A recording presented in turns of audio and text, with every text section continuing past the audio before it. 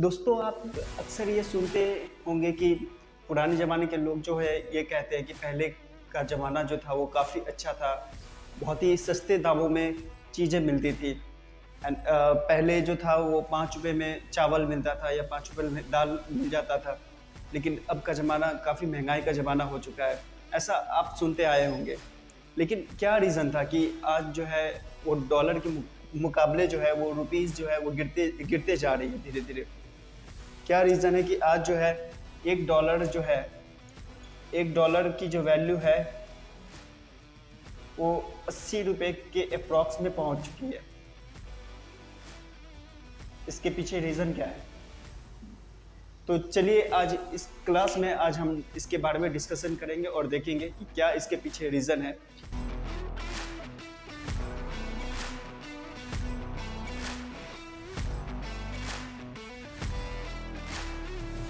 देखिए, इसके पीछे बहुत सारे रीज़न है। एक ज़माना था कि $1 जो थी, $1 की जो वैल्यू होती थी वो ₹1 की बराबर होती थी। ये ज़माना कौन सा था? तो ये आज़ादी के वक्त 1947 के वक्त ये हमारी जो ₹1 की जो वैल्यू थी $1 के बराबर थी। मतलब काफ़ी आश्चर्यचकित करने वाली बात है कि ऐसा भी होता था वो पास्ट के टाइम में। तो इमेजिन कीजिए कि अगर आज के टाइम में अगर ऐसा हो तो क्या होगा। तो उसके बारे में हम बाद में देखेंगे कि क्या होगा। फिलहाल हम अपने पॉइंट पे आते हैं। अब हम देखते हैं कि क्या हुआ कि $1 की वैल्यू जो ₹1 थी वो आज जो है ये 1947 है और आज जो है 2022 है। क्या हुआ कि इतने सालों में जो है वो डॉलर की वैल्यू जो है रुपये की वैल्यू जो है वो गिरते चली गई। मतलब कि अब जो है $1 जो है ₹80 के अप्रॉक्स में आ चुकी है। क्या रीज़न है इसके पीछे? तो इसके पीछे बहुत सारे रीज़न्स हैं, बहुत सारे कारण हैं। क्या हुआ था कि जब हमारी देश जब आज़ाद हुई तो उसके बाद अपने देश को संभालने के लिए बहुत सारे लोन्स लेने पड़े। इसके बाद इंडो चाइना वॉर हुआ, फिर इंडो पाक वॉर हुआ, बहुत सारे वॉर झेलने पड़े और इसी के कारण धीरे-धीरे क्या हुआ कि रुपीज़ की वैल्यू जो है वो घटते चली गई। 1990 तक $1 की जो वैल्यू है वो करीब ₹17.50 हो चुकी थी। मतलब $1 जो है वो ₹17.50 के बराबर पहुंच चुकी थी। तो इसके पीछे रीज़न क्या है कि अचानक से जो ये वैल्यू जो है ये गिरते जा रही है। इसके पीछे रीज़न्स क्या है? तो रीज़न्स हम सिंपली इस बात को हम समझ सकते हैं कि इंडियन गवर्नमेंट जो है बहुत सारे लोन्स वगैरह जो ले रही है उसको चुका नहीं पा रही है। इस कारण से वैल्यू गिरते जा रही है। और भी कुछ रीज़न्स है, उसके बारे में थोड़ा हम डिस्कस कर लेते हैं यहाँ पे क्या-क्या रीज़न्स है। चलिए देखते हैं। किसी भी दो देशों के बीच में जब करेंसी का जब एक्सचेंज होता है तो करेंसी के एक्सचेंज रेट्स को किस प्रकार कंट्रोल किया जाता है? वो 3 प्रकार से एक्सचेंज रेट को कंट्रोल किया जा सकता है। वो क्या है तो उसके बारे में हम देखते हैं। पहला होता है आपका फिक्स्ड एक्सचेंज रेट, दूसरा आपका होता है फ्लोटिंग एक्सचेंज रेट और तीसरा जो होता है आपका तीसरा जो है वो आपका है मैनेज्ड एक्सचेंज रेट। तो इन 3 प्रकारों से इसको कंट्रोल किया जाता है। फिक्स्ड एक्सचेंज रेट जो है इसको कंट्रोल करती है गवर्नमेंट।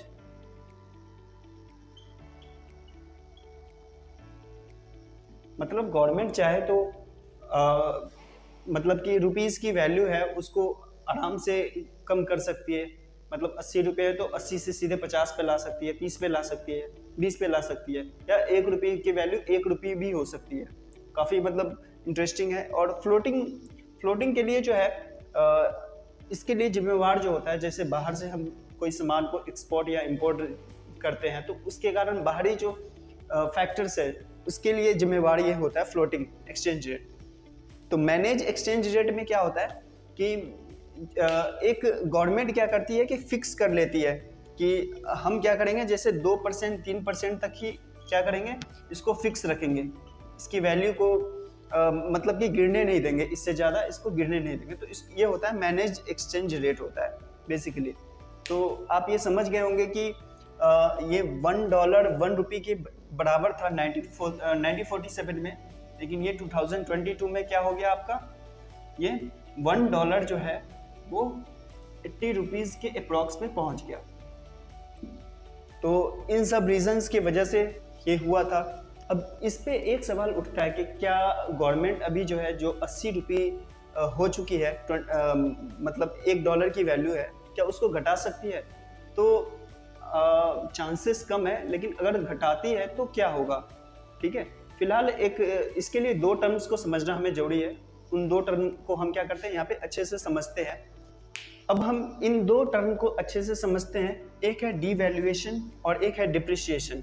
जब गवर्नमेंट खुद किसी भी करेंसी की जो वैल्यू है उसको जब कम कर देती है, उसकी वैल्यू को जब कम कर देती है, गवर्नमेंट के द्वारा जब इसकी वैल्यू को जब कम कर दिया जाता है, तो हम इस प्रोसेस को कहते हैं डिवैल्यूएशन।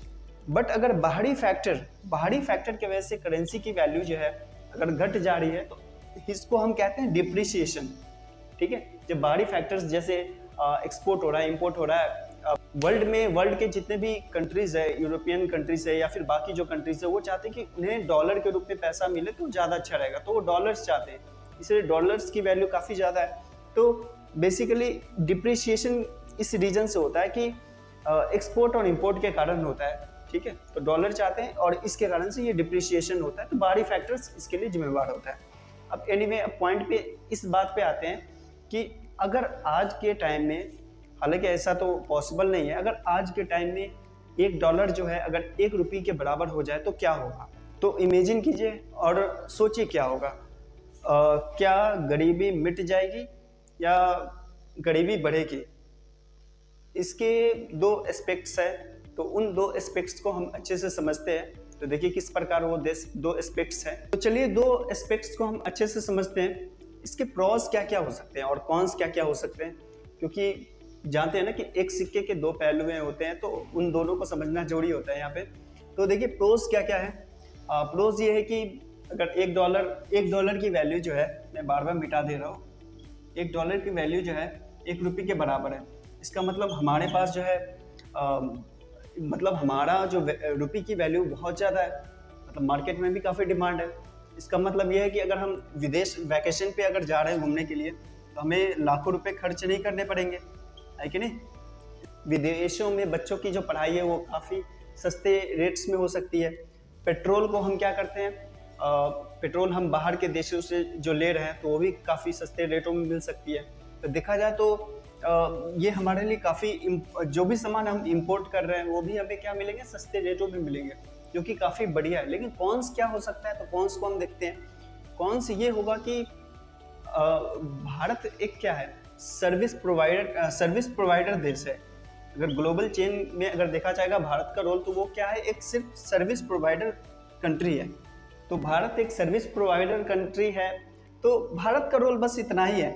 और देखा जाए तो अगर $1 अगर ₹1 के बराबर अगर हो जा रही है, मान लेते हैं कि कोई अमेरिकन कंपनी आ रही है यहाँ पे और वो इन्वेस्टमेंट कर रही है, तो वो ₹35,000 सैलरी दे रही है किसी एम्प्लॉय को, ठीक है, जो यहाँ पे कोई काम कर रहा है।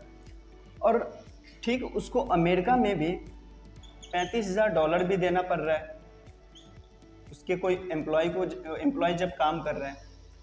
तो जब वहाँ पे भी 35,000 देना पड़ रहा है और यहाँ पे भी 35,000 देना पड़ रहा है, तो वो कंपनीज जो है वो यहाँ पे क्यों आएंगी? वो चाहेंगे कि अमेरिका में ही वहाँ पे सेटलमेंट करे, वहीं पे इन्वेस्टमेंट करे, वो ज़्यादा बेटर रहेगा उनके लिए। तो यहाँ पे क्यों आए, फालतू में क्यों पैसा वेस्ट करे?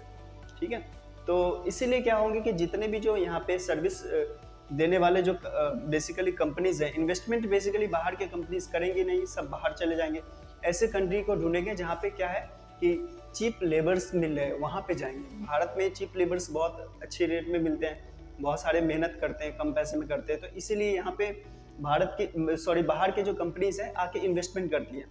तो अगर ऐसा होता है तो ये कॉन्स में अगर मैं कह सकता हूँ कि पॉसिबल नहीं है। जितने भी जो बाहर की कंपनी है इन्वेस्टमेंट नहीं करेंगे, वो दूसरे कंट्रीज की ओर रुख कर लेंगी, और जिससे क्या होगा कि यहाँ पे बेरोजगारी हो काफ़ी मात्रा में बढ़ जाएगी, बेरोजगारी बढ़ेगी, लेकिन जिसके कारण क्या हो सकता है कि भारत की जीडीपी और ज़्यादा गिर सकती है और फूड क्राइसिस, बहुत सारी चीज़ें हमें देखने को मिल सकता है। और वीडियो के स्टार्टिंग में मैंने एक बात कही थी कि पुराने ज़माने के लोग जो है वो कहते हैं कि अभी जो कुछ मिल रहा है वो काफ़ी महंगा मिल रहा है, पुराने ज़माने में काफ़ी सस्ते रेट में मिलता था। तो जी देखिए, ऐसी कोई बात नहीं है। अभी जो हमें सामान जिस रेट पे मिल रहा है, पुराने ज़माने में भी उसी रेट पे मिल रहा था। मैं बताता हूँ कैसे। मान लीजिए 5 मिनट के लिए मान लेते हैं कि किसी की सैलरी जो है फिलहाल जो है वो 8,000 है, 80,000 है, मान लेते हैं कि 80,000 है सैलरी। तो जैसा कि अभी जान रहे हैं कि $1 की वैल्यू क्या है, 80 रुपये के बराबर। मतलब 5 मिनट के लिए मान लेते हैं $1 1 रुपये के बराबर है। ठीक है, ये वाला फॉर्मूला अप्लाई कर लेते हैं यहाँ पे थोड़ा। इसका मतलब यह है कि अभी जो सैलरी जो है, अगर 1 रुपये जो है मतलब 80 रुपये जो है वो 1 रुपये के बराबर हो जाए, इसका मतलब 80,000 जिनकी सैलरी है उनकी सैलरी कितनी हो जाएगी, 8,000 हो जाएगी। तो इसका मतलब वो 8,000 में उनकी सैलरी मिले या 8,000 रुपये उनके लिए बहुत ज़्यादा है, और वो जितने भी खर्च करेंगे वो 8,000 के रुपये के अंदर में ही करेंगे। तो ऐसा नहीं कि उनके लिए सैलरी काफ़ी कम हो गई है और प्रॉब्लम होगी, प्रॉब्लम का सामना नहीं करना पड़ेगा, क्योंकि जो भी चीज़ हमें महंगे रेट पे मिल रहा है, जो चीज़ हमें 80 रुपये में जो मिल रहा है वो हमें कितने रुपये में मिलेगा, 1 रुपये में मिलेगा। ठीक है, जो चीज़ 80 रुपये, मान लीजिए कोई 80 रुपये वाला चावल है, तो हमें कितने रुपये में मिलेगा, 1 रुपये में मिलेगा। तो ये देखा जाए तो हमें काफ़ी हमारे लिए काफ़ी आसान होगा, आसान रहेगा। ठीक है, देखिए कोई फ़र्क तो इसमें पड़ नहीं रहा है, जो अभी जो चल रहा है वही अभी चलेगा। कहने का मतलब ये है कि कोई बदलाव नहीं आएगा देखने में, बस देखने में ये आएगा कि काफ़ी सस्ता है, 80,000 8,000 के बराबर, लेकिन खर्च एक्सपेंसेस तो वही है, क्या बदलाव आएगा। इसका मतलब ये कि जो कहते रहते हैं कि पहले काफ़ी सामान जो है वो सस्ते मिलते थे, अभी काफ़ी महंगे हो गए, ऐसा नहीं है, कुछ बदलाव नहीं पड़ा है, जो पहले थे वही अभी है, कोई बदलाव नहीं। आई होप वीडियो आप लोगों को पसंद आया होगा। अगर वीडियो पसंद आया तो वीडियो को लाइक करें और शेयर करें, और कोशिश करें कि सब्सक्राइबर बढ़ाएं, और मिलते हैं अगले वीडियो में, तब तक के लिए बाय।